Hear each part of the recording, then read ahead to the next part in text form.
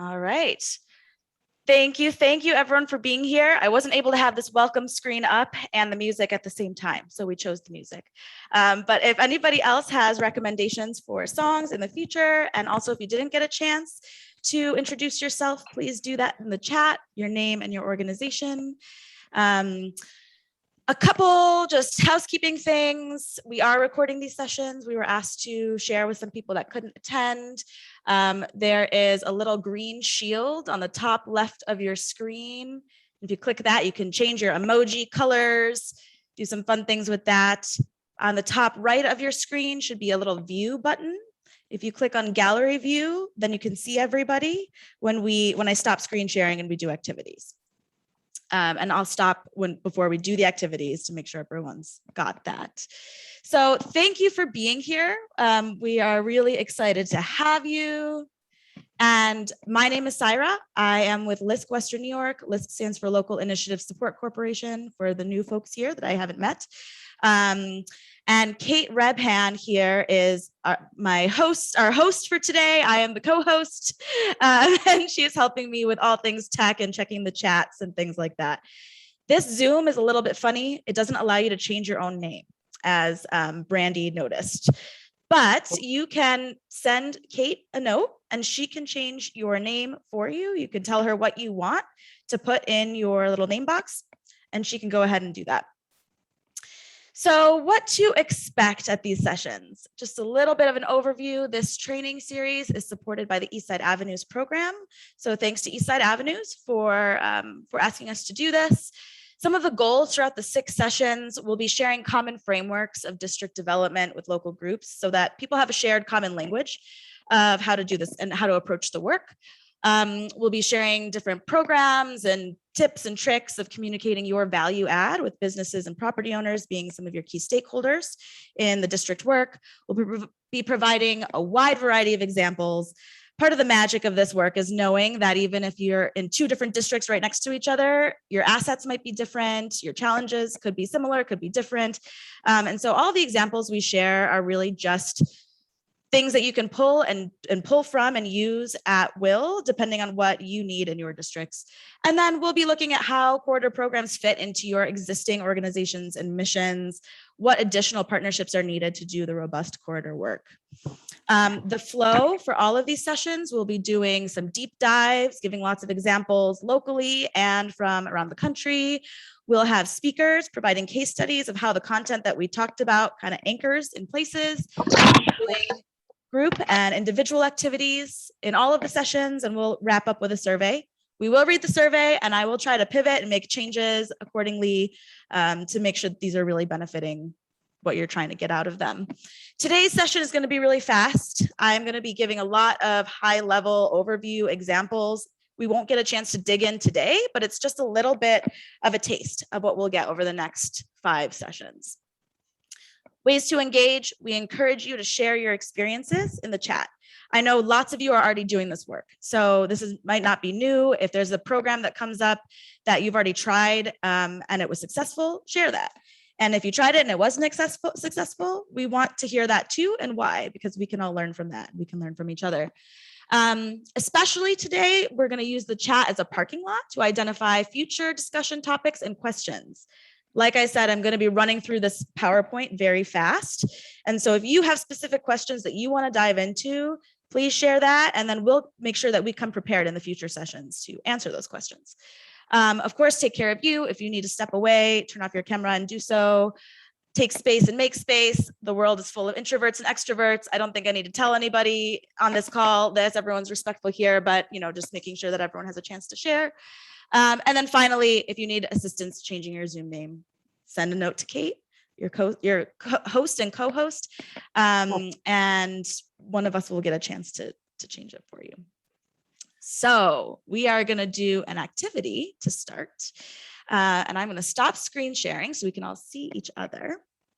So since we had a pretty large group, instead of doing round robins, we're going to do an activity where we all share what districts we're in and then break out into smaller groups to discuss a few things and share back.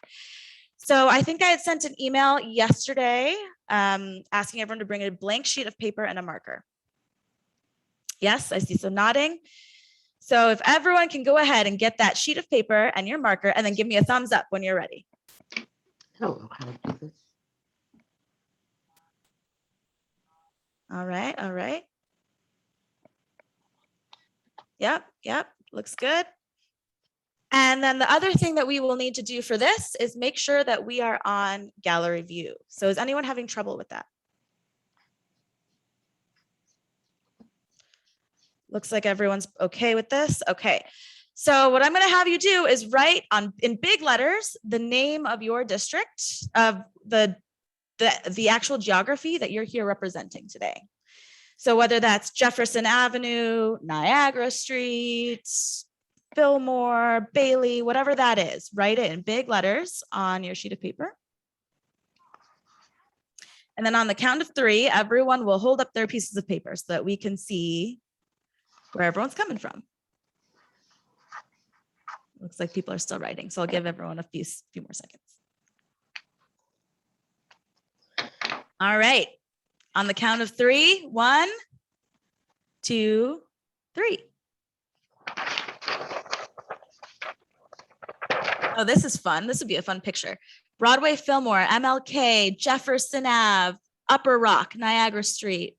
Lots of Broadway Fillmores, Kaisertown, Clinton Street, Niagara Street. Athena, I see you're holding something up, but it's a little blurry. Can you hold it a little closer, please? She might be a little frozen. Well, that's awesome. Thank you for doing this. Keep your pieces of paper. We're going to use them again in a few other activities that are coming up. And before I go back into PowerPoint mode, we're going to do a little bit of a breakout session here. So we're going to do random breakouts. And so you might be with another geography, another district, people that you do or don't know. We're going to do 10 minutes. So the first 2 minutes, I will ask you to, I'll put this in the chat now, but I will also be sending out the broadcast prompts. Hi, Leah. And oh, I see Carl sending notes. He's sending notes through the screen. I will say this, I will interrupt. We apologize in advance. They will not allow us through the Zoom on the LISC account for you to be able to private chat one another. We tried and there is a block. So we're unable to offer that service. Yeah, yes. Thanks for that, Kate. I think that was a good point to make. So I put in the chat the 3 things we're going to talk about in our breakout session. So for 2 minutes, we'll just do an round of introductions. Then I'm going to ask, what do we all have in common? This could be district related. It could be just hobbies and interests and personal lives and past, present, future, kind of up for grabs. And then the third question is, what questions do you have about district management? So you can all share that in your small groups. It'll be groups of 3 to 4. And are there any questions before I go ahead and do the breakout? Nope. Okay. And then we're going to come back and share a little bit. So do 5 groups. All right. I'm opening all rooms.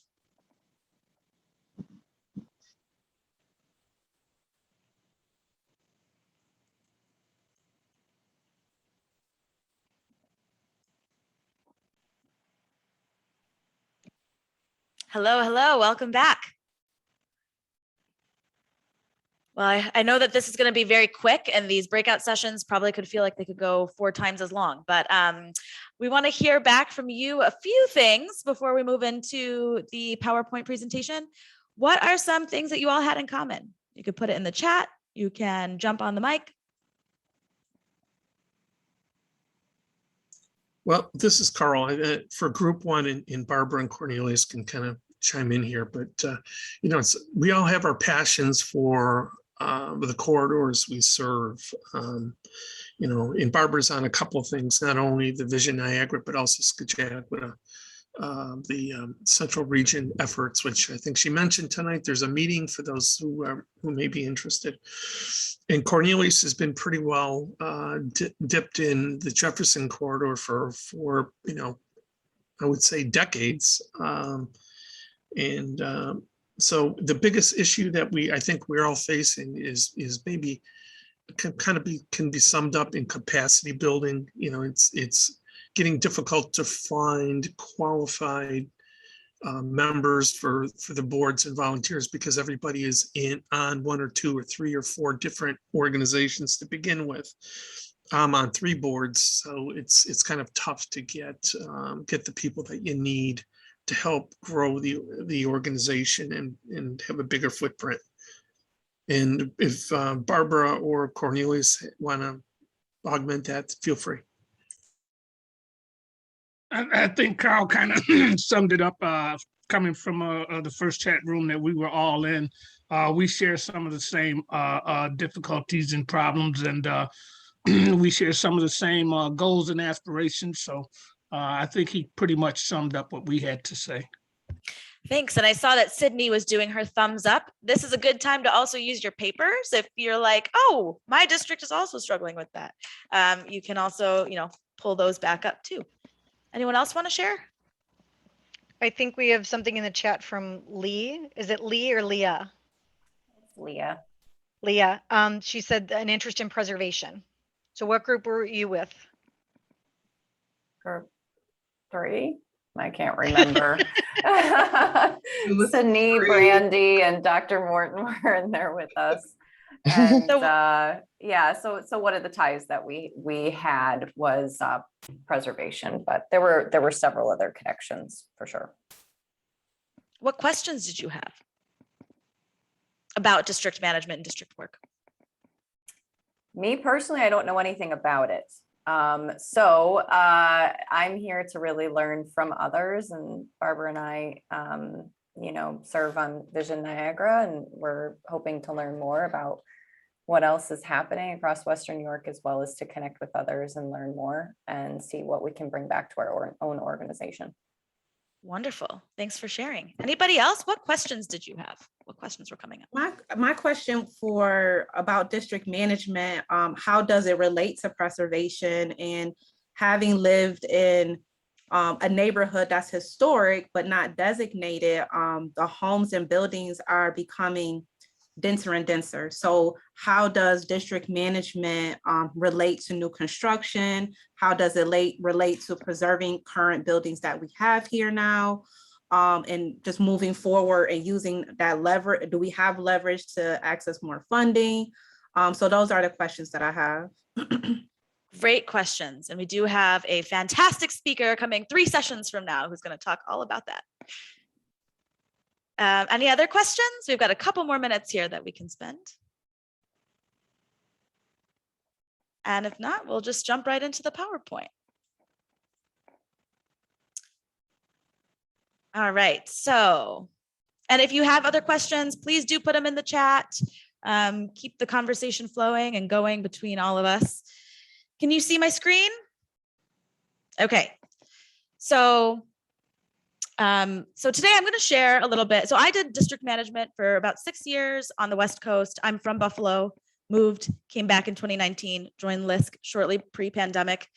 And so I got a taste of the Main Street approach to preservation or to district revitalization. And then LISC also has some approaches as well and takes a little bit of a different stance, but similar too.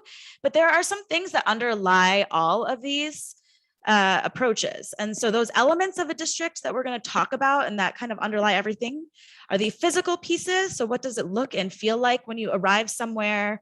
What are the economic qualities? How are those businesses, the goods and services provided, benefiting residents and patrons and workers and employees in your district? What are those social means? How are we marketing and promoting the businesses that are there, promoting the district as a whole, events? How are we congealing and bringing people together? And then civic leadership, civic engagement. How are we organizing the resources and making sure that they're really getting the biggest bang for their buck, so to speak? So the first approach that I'm going to share is the Main Street America approach. The National Main Street Center is a national organization and it's a subsidiary of the National Trust for Historic Preservation. So Brandy, everything is really rooted in preservation in this approach, with the idea that the unique buildings and the unique pieces of your district is what you build off of as your assets. The National Main Street Center started in 1980, but became its own independent subsidiary in 2013. From that, one of their main leading programs is the Main Street America movement. And the Main Street America approach, there's a 4-point approach that's been used for several decades. And they focus on economic vitality, design, organization, and promotion. You'll see that these are just different ways of saying the same 4 elements that we covered before. So design being the physical, promotion being the social, organization being the civic, and economic restructuring is what they once called it. Now they're calling it economic vitality, that economic element.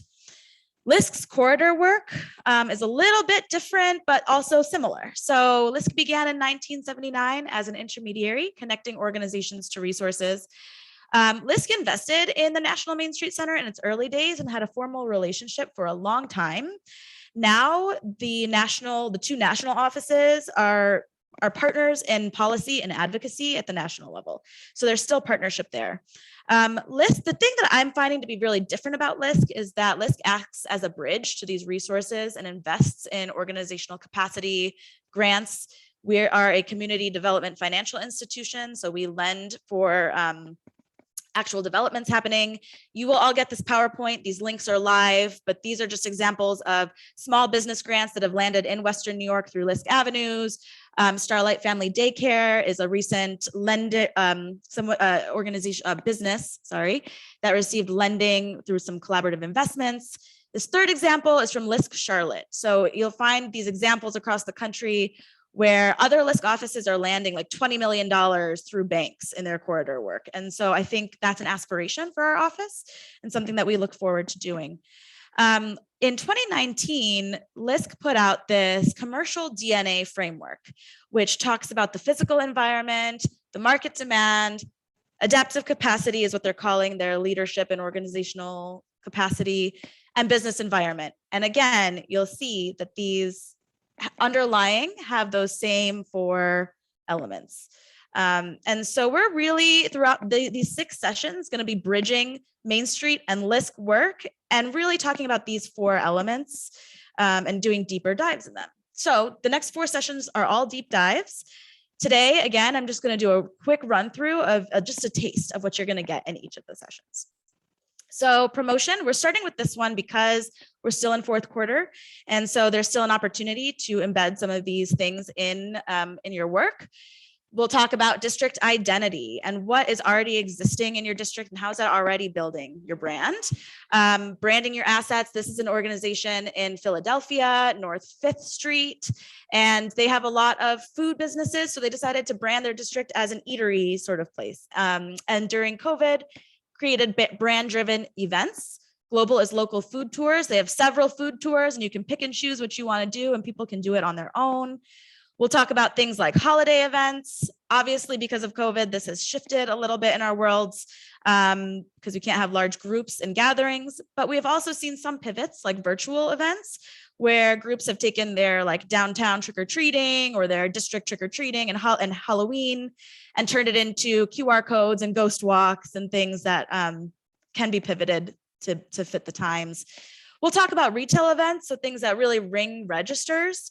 This passport example, I put this one here because it's a very low production example. It's 1 sheet of paper, you go spend money at all these businesses and then you get entered into a raffle, low cost, and fairly low budget project. Shop local campaigns. I put this up here. American Express does their Small Business Saturday thing. If you sign up to receive these boxes of marketing materials, they'll send you bags and different things that you can give to the businesses on your district. You can sign up still today. It's free. There's shop local campaigns like the Shop 716 that is going on. Businesses can also sign up for this. It's going on throughout all of Erie County. 775 businesses are already signed up.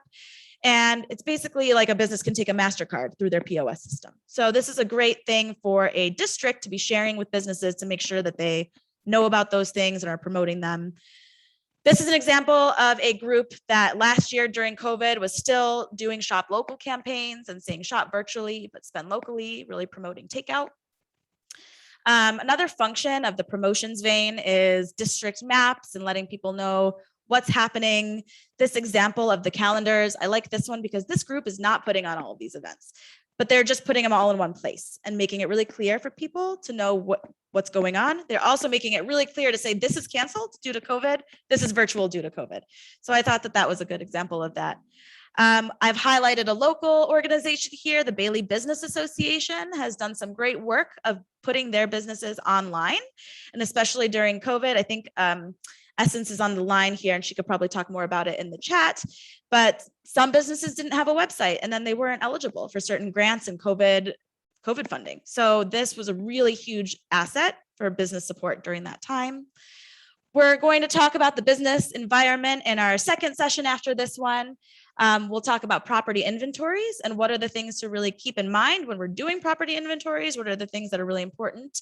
This is a great worksheet on the right. We'll go much more in depth during that session about how to assess which properties are going to be worth your organization's time up front. We'll talk about cluster analyses and business inventories and understanding what's there. This example is also a really light touch example. I think I just did it in like Publisher many years ago. So you don't need to hire somebody. You can just do it pretty quick and cheap. We'll talk about promoting vacancies and how to package some of these things up and promote them out, and how to recruit businesses and different materials that you can use to do that. We'll talk about connecting businesses to business supports. As I mentioned earlier, each district is different. So if you have a ton of food businesses in your district, you're going to be looking at different business supports than a district that has tons of services. And so knowing those businesses and knowing those clusters is really going to help understand which supports are needed. We'll talk about entrepreneurial support. So this Queen City pop-up is active now. You can send businesses to activate the storefront in downtown Buffalo. But a lot of Main Street organizations or downtown commercial district groups will organize this themselves. So who's to say there can't be a pop-up on Fillmore or on Broadway or somewhere else? So we can talk about some of these programs and how those can get started. And then being a bridge is a huge function as well, being a conduit between grant funds and business and property owners, and helping those grant dollars really land in your district. The Buffalo Main Street Initiative dollars are an example of funding that can only go to nonprofits and business associations. And so when businesses and property owners know that they can come to you and you know what funding is out there, that's a huge value add. And then we'll talk about design in another session, where we'll talk much deeper about historic preservation and how that adds to your footprint. Facades and storefront makeovers. This is an example from Fillmore Forward. I think Carl is on the line and others, maybe too, from the group. This is a great image on the bottom right of this after photo of Leslie's Boutique. Then we've got window displays, which became really important during COVID. How do you shop from outside of the store? And how are we helping businesses do outdoor takeout and things like that? Public art. This is part of that design. How are you making your your district feel unique? Designing the district to be a place to be. So with gateways and entryways like the African American Heritage Corridor or crosswalks. This is an example from Go Bike, and integrating youth into their crosswalk designs. We'll talk about street furniture and parklets. We have another group coming that can fabricate some of these things locally. And so we'll talk about some shared services around this in this session. This example in the middle, I put this here just because and I have more details about this one if anyone's interested. It was a pretty low cost. It was $2,000 budget. It was very contentious. It took away a parking spot. Businesses were not all about this at first. And now three businesses around it have found such increase in their sales that they wrote a letter to the city. And now there's like an application request. So businesses can request to have a parklet in front of their space. And now they have two of them and they bounce around every year in this particular downtown. So there's a lot of really great examples of this. Banner programs. Some places will put art on banners, and there's an example on Fillmore Avenue, a local one of a banner program. Trash receptacles. This is also a great example. This is in a town called Corvallis.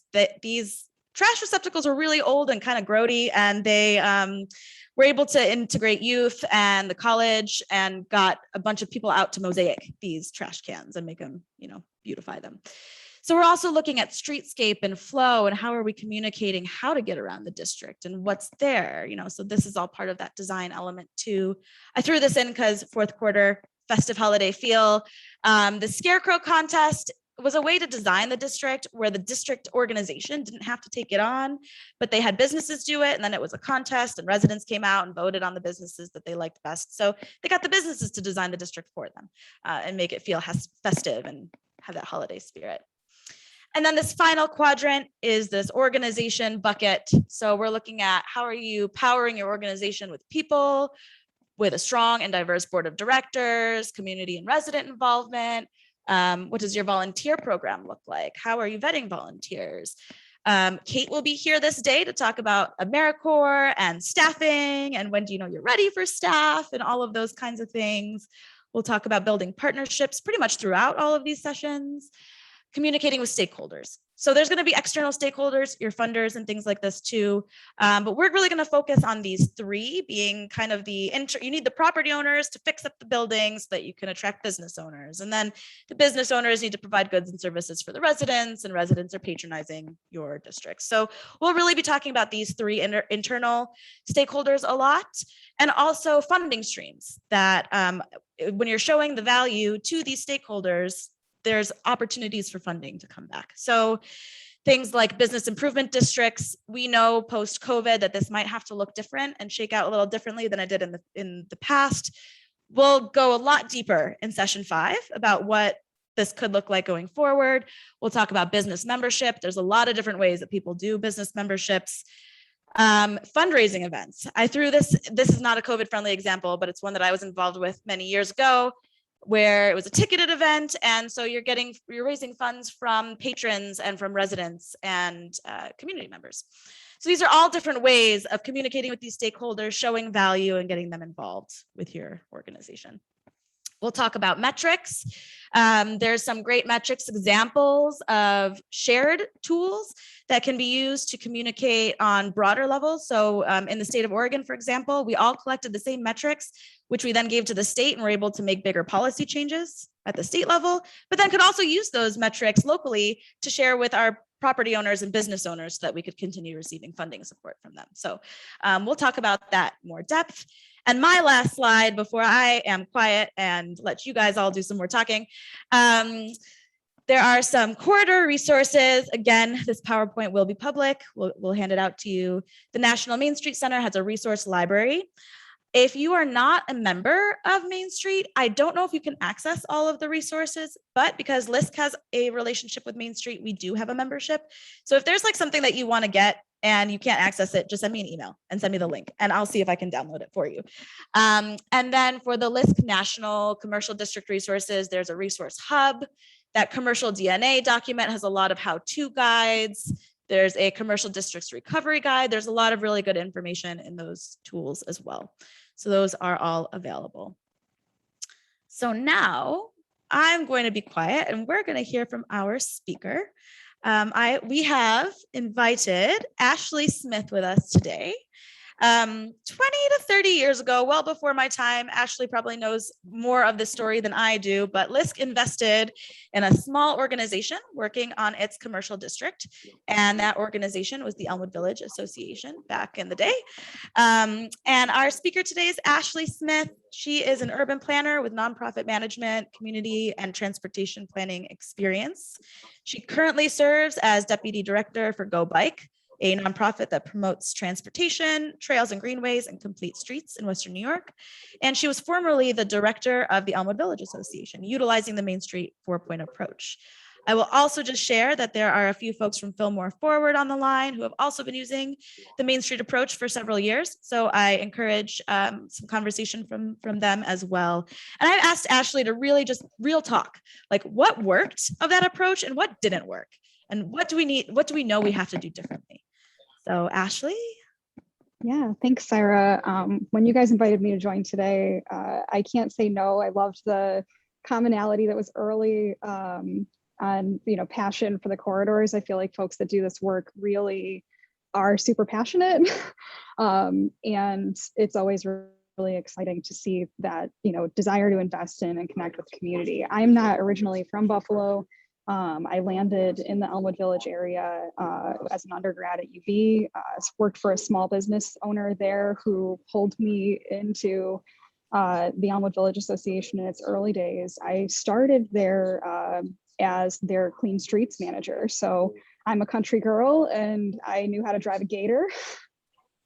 And that was how I got started there. So I feel like it's soup to nuts, and I'm really happy to talk with anyone from sweeping the curbs and the yucky things that you find there, to gardening and beautifying, to the actual, like, to being an LPA and managing grants and handling the nonprofit administrative components of that.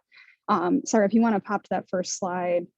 And I will give a really quick overview before kind of going into some of the activities that I hope, many of you are probably already familiar with, that the Elmwood Village Association has done around the Main Street approach. But as Sarah mentioned, the organization, as a formally incorporated nonprofit, has more than 25 years of history behind it at this point. It was founded in 1994.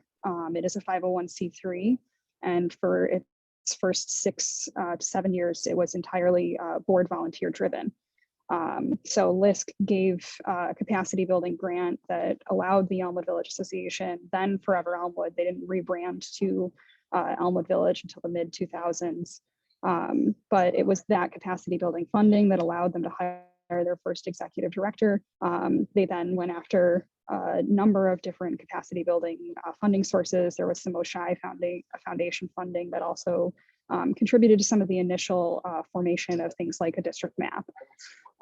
So there's a lot of history there. They were founded around the Main Street 4-point approach. And then in thinking about some of these activities that are listed here, and I guess I'm bringing up some of the history to just say that it takes a long time for some of these activities to really get established, and a considerable amount of effort and maintenance. The summer concert series that's pretty well known on Bidwell Parkway started in 1998. The Elmwood Village Farmers Market started in 1997. The Farmers Market, and not a lot of people know this, also has its own kind of bylaws structure and is governed by the farmers themselves. So there is a considerable amount of investment that has gone into developing that as well. Please, Syra or Kate, let me know if there's too much background noise in the office this morning. I hope that I'm coming through pretty clearly so far. Another component here that I'll point out under the design point on this 4 points is that in the earlier days, the Elmwood Village Association board came together with a bunch of architects and folks that were donating of their time to develop the Elmwood Village design standards, to really try to focus on preserving the historic architecture on Elmwood Avenue. And that effort in some ways evolved into the City of Buffalo's Green Code effort. So some of those protections were retained in the Green Code, but there was significant effort from the very beginning on Elmwood Avenue that was really nested in preservation. I know Jesse Fisher was a board member at the time. So like, this is folks who have been around and in the community for a very long time as well. But just thinking about how all of those things, we now are seeing the benefit over time of a lot of this investment and activity. So really quickly, a couple of the things that I didn't touch on. Oh, sorry, Sarah. From that first slide, let me just see membership programs under organization. I would say that's been significant in the Elmwood Village area. It's not just business memberships, but also residential memberships and contributions. So, utilizing that nonprofit structure, the spring appeal on Elmwood was always really successful. And that was where we fundraised. It was challenging, I will say, on the management end, because if you had a lower year on an appeal, it made it harder to maintain some of what you had. But I was just going to throw that in there in terms of fundraising and building internal capacity, that it was pretty effective to be able to fundraise around some of those tangible things in the neighborhood, like flower baskets and gardening improvements. Social media presence, I certainly can't say enough about that in today's digital age. Having a group that is pulling together, as Syra shared some examples, all of the different activities, kind of being a clearinghouse for business content and things that are happening in the neighborhood. So I'll go ahead and Syra, we can bounce to the next one. So these are just a few examples. While I was director there, we served as the LPA for two Buffalo Main Streets Initiative grants. One was a target area grant. These are images of the target area grant. So that's a before and after. This is an old shop that used to be a cobbler when it was first built. And so there's still, the owners of the building have retained some of the original equipment that was in the basement when they bought it. But this project, the brick was repointed, repainted, and some of those investments, it was a smaller project on the grand scale. But the before and after for the building was pretty remarkable on the street. And that wall was prepared with the intention to eventually also have a mural on it. So the opportunity to be building up the groundwork for future beautification. So this before and after, I feel like the pink makes it pretty visible, but one of the great things about these grants that we experienced on Elmwood certainly was the ability to really take some of those original architectural details and maintain them. So here you're seeing again, some of the original elements really maintained and called out.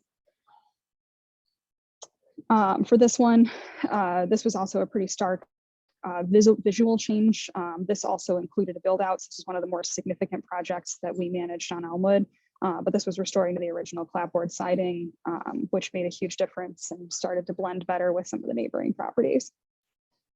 I think the next picture here is the build out for that space. So you can see they retained the front porch railing on the internal side of the build out. This was done in line with the Elmwood Village design standards, which were a little more strict than the zoning code, but it also replicates a lot of, where we've seen some of these build outs on Elmwood, and we're getting properties that are closer to the sidewalk line, more engaging with the street. It's a big challenge on Elmwood, as much as the shop front houses are really beautiful and add a lot of character. They're not accessible. When parents are trying to come in with strollers, folks that are trying to shop in wheelchairs or using other assistive devices for mobility, they have a very hard time accessing Elmwood businesses. So these kinds of build outs are great because it allows a more accessible frontage for the business. And some of them do also include elevators and things to enable people to reach the upper levels. So this, I want to take a couple minutes on this slide because there's a bunch of elements here. So through the variety, beyond the two Buffalo Main Streets grants that I'd served at the LPA for, the Elmwood Village Association has managed a couple of these through the years. The first one being, I believe, in like 2002. So it was pretty early. That was a New York State Main Street Initiative grant. So the sculptural attachments to the light poles that allow us to hang hanging baskets, those were purchased with that first grant. And so you're seeing an accumulation over the years of a number of these elements that have been added to the street. The Buffalo benches were added to the street through one of those grants. The gator that you're seeing here is pretty beat up, and I really hope that Elmwood Village Association is able to get a new one soon, but that machine was bought with original capacity building funds back in the mid 2000s and has been a huge boon to the district in terms of volunteers. There's a plow attachment for it, so at times volunteers, board members have been able to go out and plow sidewalks to help improve access in the winter.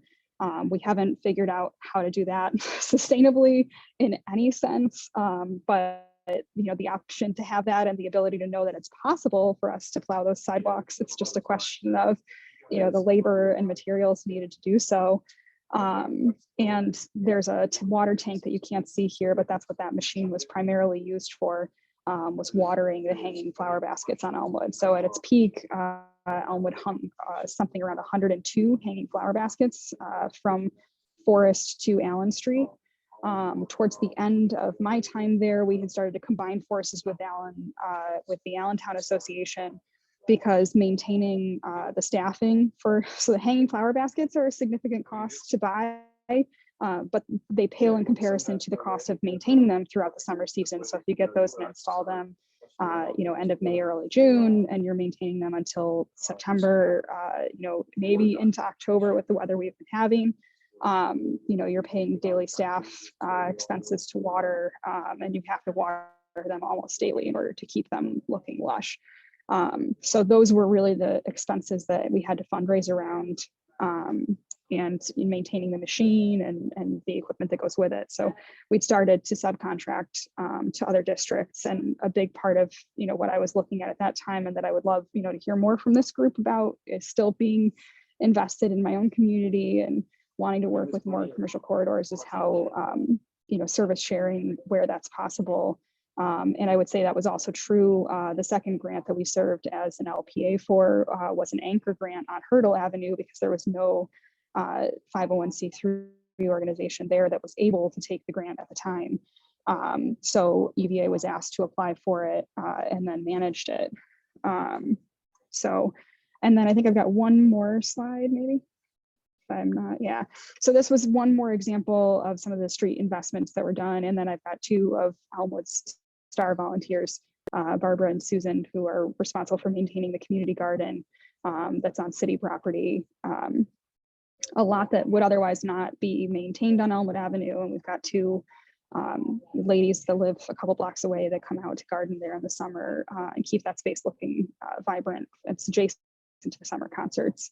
And then this decorative planter was purchased with some of the funds from one of the Main Streets Initiative grants. So those are my examples this morning. And I think that, I'm really excited to be here and to have had a chance to meet a bunch of you. So I appreciate being given the opportunity. Thank you, Ashley. Do we have questions? We have some time for questions. Yes, this is Carl.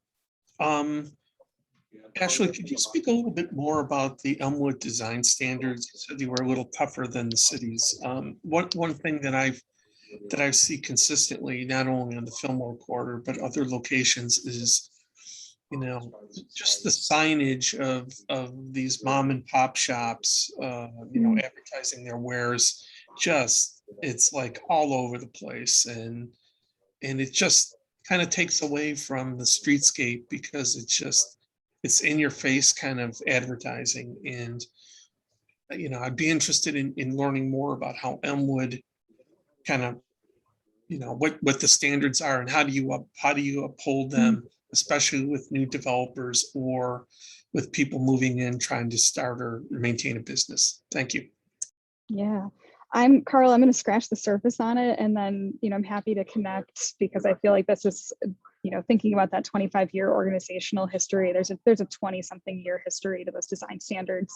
And it has been hit and miss in terms of how they get enforced. They're not currently in place. The Green Code overwrote the Elmwood Village design standards. But if I'm putting it in a nutshell, some of those initial board founders, we're well versed in the Main Street approach, very aware of historic preservation and the kind of design and architecture that is conducive to maintaining a small business district and making it accessible, for small businesses specifically.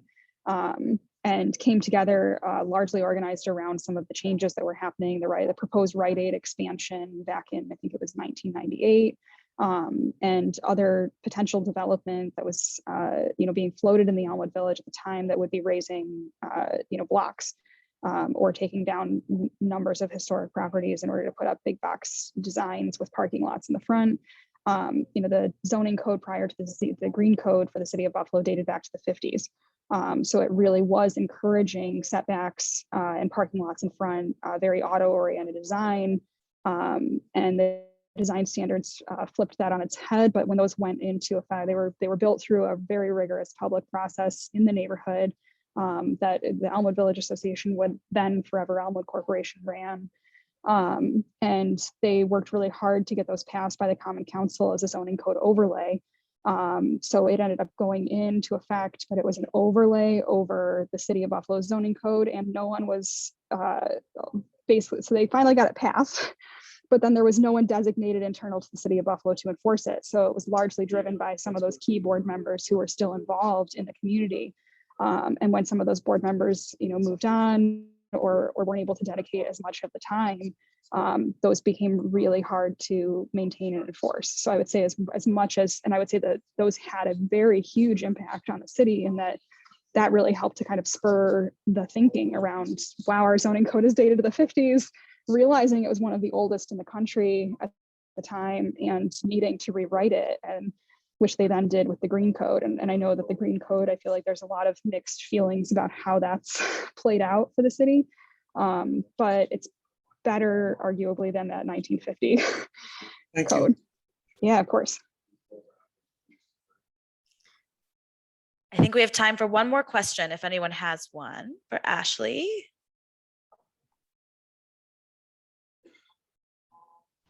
I have one quick one. What do you think the ideal budget is to run a commercial district program if you know, sort of recognizing the realities of public funding and sort of the need to find a balance? What do you think is a number that's both achievable, sustainable over time, modest, but you know, still does the things you want it to do?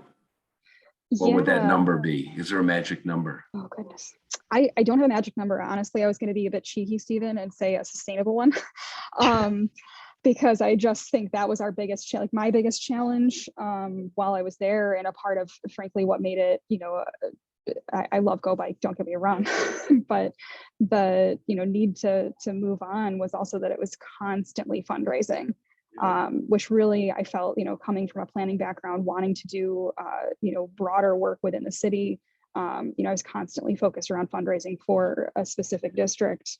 And that didn't quite match up with my personal goals. But to get back to the budgeting question for you, you know, I've been working with a few other volunteers around Elmwood. We've been exploring, you know, what would, you know, a bid budget look like? And I feel like it really depends on the services that you want to provide. So and the identity of your district. And that's one of the things that I know I spoke with Syra about last week. You know, is each district is different and has a different personality to it, different community assets, and different services that you ultimately would want to provide. You know, on Elmwood and where we've looked at what a bid budget would need to be, you know, we're looking probably something similar to, you know, Buffalo Place in terms of scale and scope. And the Buffalo Place budget is $2.5 million. We had, you know, kind of squeezed ours down because there really aren't the same kind of employers or properties to levy a special assessment on in the Elmwood Village. So, you know, somewhere I think in the realm of, you know, $250,000 to $500,000 a year, depending on what services you're going to provide. You know, I feel like is where we were landing. And that's, you know, you have to, if you're going to try to do sidewalk plowing, you know, that's a couple, you know, that's another $100,000, you know, to manage and maintain. So it really depends on what you want to provide. Thank you, Ashley. Yeah, and I think that it's also an interesting point. I've worked in commercial districts where we had like a $75,000 budget. And I've also worked in commercial districts where we had a $250,000 budget. And depending on I think that's what's nice about this is that if it's really tailored to your district, you can still be kind of on a shoestring budget and still get things done. And I think the sixth session of this whole workshop is thinking about some of those shared services. So we know that all of the districts want street plowing. I mean, we're in Buffalo, we have snow. So like, if that's the case, can there be one group that holds that service contract so that not everybody is doing it and not everyone has to fundraise for it? And I think that's like something that we've been hearing, maybe a goal that we can kind of work towards. Same with the flower baskets. You know, if everybody is doing it, how do we kind of minimize the admin burden on every district so that there's just one holder of those things? And I think we've seen that across the country. I mean, I don't think that Buffalo is unique to this. I think that we're just thinking about things a little differently in this reality. Thank you, Ashley, so much for coming and Thanks joining for having us. me. Yeah, Yes, and thank folks, you. Syra, you've got my contact information. I'm happy to talk with anyone further on any of the subjects, you know, Elmwood Ashley, what's related. your email? Can you please just tell me? I'll put it in the chat right now. Yeah, yep, it's ashley@gobikebuffalo.org. And hopefully I'll be Right. connecting with some of you around Go Bike projects in the near future. Wonderful. Thanks. Thank you so much. So, and I know, Ashley, that you had a little bit of a tight time frame. So if you have to hop off, that's all good. For everybody else, we're going to do a final activity and we'll go back into breakout sessions and then we'll come back and share out. So Kate, if you wouldn't mind dropping into the chat that little worksheet template that we created. So we wanted to really make these sessions active enough that you can get something out of it today. We created a little bit of a template that has the 4 kind of elements outlined, and we'll have you go out into breakout sessions based on geography. So there's this new Zoom technique where you can allow people to choose which breakout session to go in. So we're going to play with this and try it out. And we want you guys to think as, just brainstorm what's already happening. What's already going on in your districts that are in these 4 categories, being the promotion, the economic, design, and civic sort of categories, and who's doing those activities. So what's the activity and who's doing it? It might not be your organization all the time, but it'll start to show you what partnerships are already there. It'll be interesting to see, are there things already happening in all these 4 categories? Or is there a district that has a lot of things happening in 1 or 2, but not all 4? And so this is just, you don't have to fill it out entirely in the next 15 minutes, but just it's a conversation starter. And then if you want to use it as a tool to continue thinking about this before our next session, that's great. Syra, I'm just, for some reason it didn't key up, so I'm getting it. I'm trying to get that Sounds box good. link. Okay, so I'm going to ask everyone to take those pieces of paper that have your district on it and hold it up one more time. And I'm going to create breakout sessions based on geography that I see here.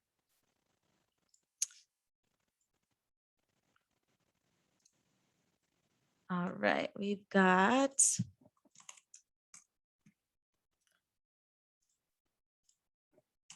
I've got Broadway Fillmore, we've got Jefferson Ave.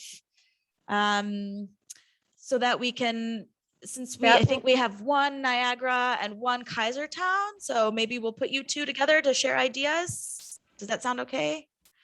So that link they should be able to access it to download it once they're in. Okay. I'm going to open all rooms. There's a room 4 and 5, which I haven't titled anything. Don't go to those. I've made 1 Broadway Fillmore, 1 Jefferson, and 1 Niagara Kaisertown. So I think is there anyone I'm missing? Any district missing here? Okay. Lynn, I see you speaking, but you're on mute. Are there any Lovejoy or Genesee districts?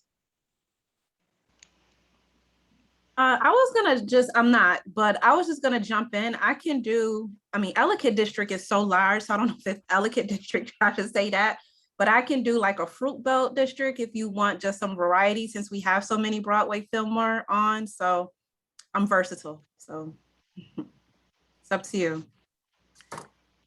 And then we also have Bailey. Okay. Do we have more than 1 person for Bailey, or so we have 1 person? I think it might only be Essence that's in Bailey. Okay, so why don't we have I'll make a Bailey, and maybe Brandy, if you want to go into that one with Essence, then at least we have more than 1 person in different breakouts. And Lynn and Barbara, you can go together. Is that okay? Yeah, that's fine. Okay. What group number? Well, I'm going to open it up and you will see it. So Okay. when I open up the rooms, you can join whichever geography you'd like. Is it working? This is our first time trying this. I don't have anything.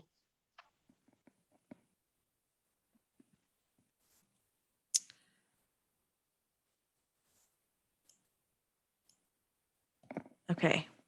What about now? I don't have anything. Oh, All right. wait a minute, I do. Oh, I just put another link to download. That may be a better, that if somebody can check if that link is working. okay. I just tried it, Kate, and it looks like I can open it. I know, but you're a LISC person. I need a non-LISC person to tell me if it worked. Works. Drew has said that it works. It works. Thank you, Drew. Okay, I'll go ahead and just do this assignment based on geography. I think this should work.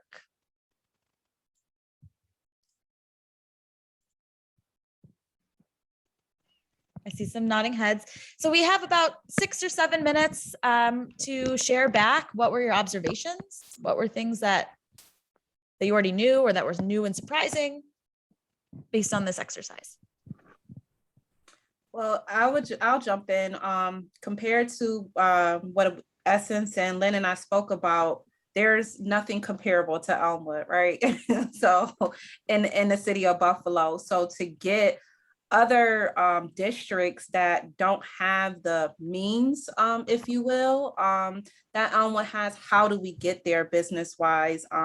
One concern that I always have, or something that's very apparent, is if you go to the Fruit Belt and you drive up Carlton, everything is painted, you know, the light poles, this look beautiful for the nurses and doctors to go into the medical campus. But if you walk 1 block up on High Street, it's completely blighted, right? So how do we create that interest, and not just in Carlton and not just for the people who patronize the medical campus? It has to be a full interest investment if we really talk about building up our commercial district and building up our commercial opportunities. You know, I'll say something too with that, Brandy, is after speaking with you and just understanding the parallels in terms of creating the business improvement district, and having Ashley here was just awesome. I just met with a young lady from Buffalo Place because of a conversation actually I had with you, Syra, when we first got on board about the business improvement district, and we're talking about basically leveraging our efforts and not repeating the wheel. So maybe, Brandy, there's something where you and I can partner as we develop this, and we could do it together. Why should I do it by myself if it's something that you need in your districts and you're across many districts? And I would invite anybody who thinks that the business improvement district is helpful. Like, I'm getting ready to really dive into this, and I'm not going to stop until it's finished. And so if you want to join in, like, let's just do it all together. Because I'm like so serious about it. I'm not gonna like not let it happen. So yeah, I think that's the way that we can really see some tangible benefit, you know, go through the process together. Is the business improvement district still operational in Ken Bailey? No, it's not. It was dismantled years ago after BATMA left, or was dissolved. So it was taken away from us under false pretenses. They thought that it was voluntary, but it really wasn't. But it was up to the city to really enforce that legislation. And we had a drop ball there. So A historical point of reference. Mike Clark, former director at LISC, was the executive director at Ken Bailey NHS and was instrumental in the formation of the improvement district. He may have some insight in terms of you know what happened, why it's not there anymore. yeah, thank you. And he's retired, so he's available for chats. Right. And Steve is a into good this friend of his. We can drag him into this conversation, trying to figure out how they got it done, what they got accomplished with it, what happened. Is it something that is it actually gone, or is it just not being enforced? Because really it's that additional taxation that really gives you this money every year. To get it approved is really difficult. So once it got approved, I'm guessing it's still in place. It's just not being enforced. Right. And it's really, normally once you've gotten something approved, they normally don't take it away. I'm not totally sure how bids work in Buffalo compared to where I was before, but they usually sunset after a certain period of time. So it's written in whether it's a 3-year bid or a 5-year bid.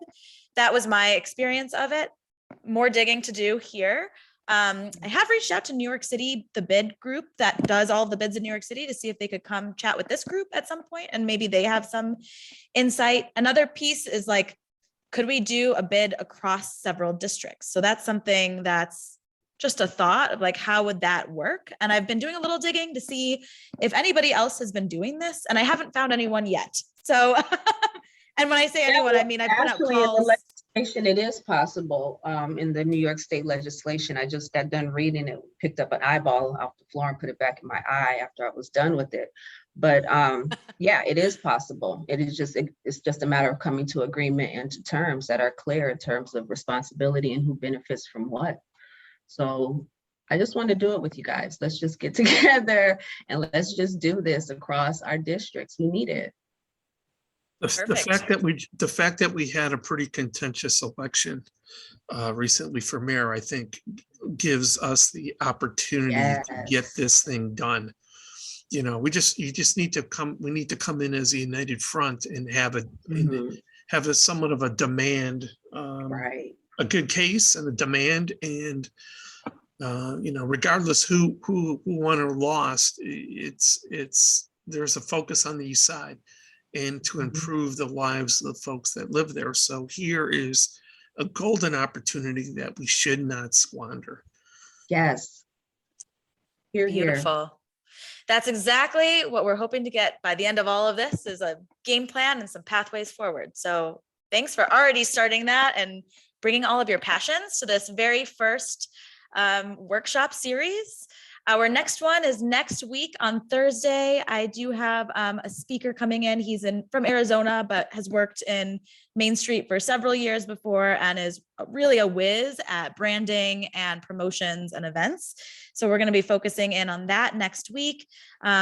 Another little piece of housekeeping, if you haven't registered for it, I know I wasn't able to figure out how you can register for all 6 at once. I had a lot of emails about that. So sorry about it. Hopefully by the next training series, we'll figure out how to do that. But go ahead and sign up. Is the Zoom link is the same. Yes. For every meeting. That's the good news, is the Zoom link is the same for every single meeting. So even if you haven't registered, you will still be able to access us. I registered for all 6, cursing each time that I had to repeat the same information. So everybody else should have to go through the same thing. So I do want to say something about that, and I will tell you, because I had to do this with UBRI. They want to know who's come, they want to know where you're from, and they want to know what your position, because all of this is paid for through the East Side Avenues and the funders that have done capacity building. And as such, UBRI has to, on a semi-yearly basis, let the funders, who are all the people that are funding most of your organizations anyway, know that you have accessed this. So I tell you that, Steve, I get it, but I just wanted to provide an explanation because I know it's a pain. Fine. Accountability, It's yes. a pain worth exactly. doing. It was 10 minutes. It was 10 minutes of time. It was annoying. It wasn't painful. Not Perfect. like the SAM's registration. I just Not want like to the let, Sims. I want to let everybody know in the chat, I put in the Eco 360 Article 29 Business Improvement District from the City of Buffalo codes. I haven't looked at it. I just looked it up based on the prior conversation, and I just want to share that with you. Yep.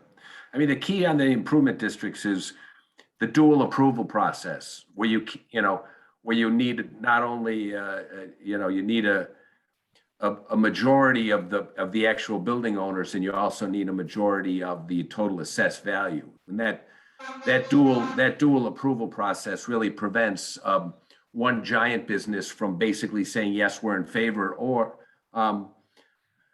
but if they have more than half the assessed value in the district, they can actually kill it because of the dual approval process. It really is a 2-tiered approval based on number of buildings and also total assessed value and what percentage each building represents in that approval process. It's very interesting legislation. And it doesn't work if there's a lot of vacant buildings that are opposed to additional taxation because they have no rental income. Because they'll all vote against it, and and then the whole point is to raise additional taxes that can only be used for the district. We will dive in deeper. It is 11:30. Kate did put in the chat a survey. SurveyMonkey says it'll take 2 minutes to take. You do fill this out, we will read it and make sure we make any pivots. I will put on some music for you so that it keeps you on the line and doing the survey. And we will see you next week.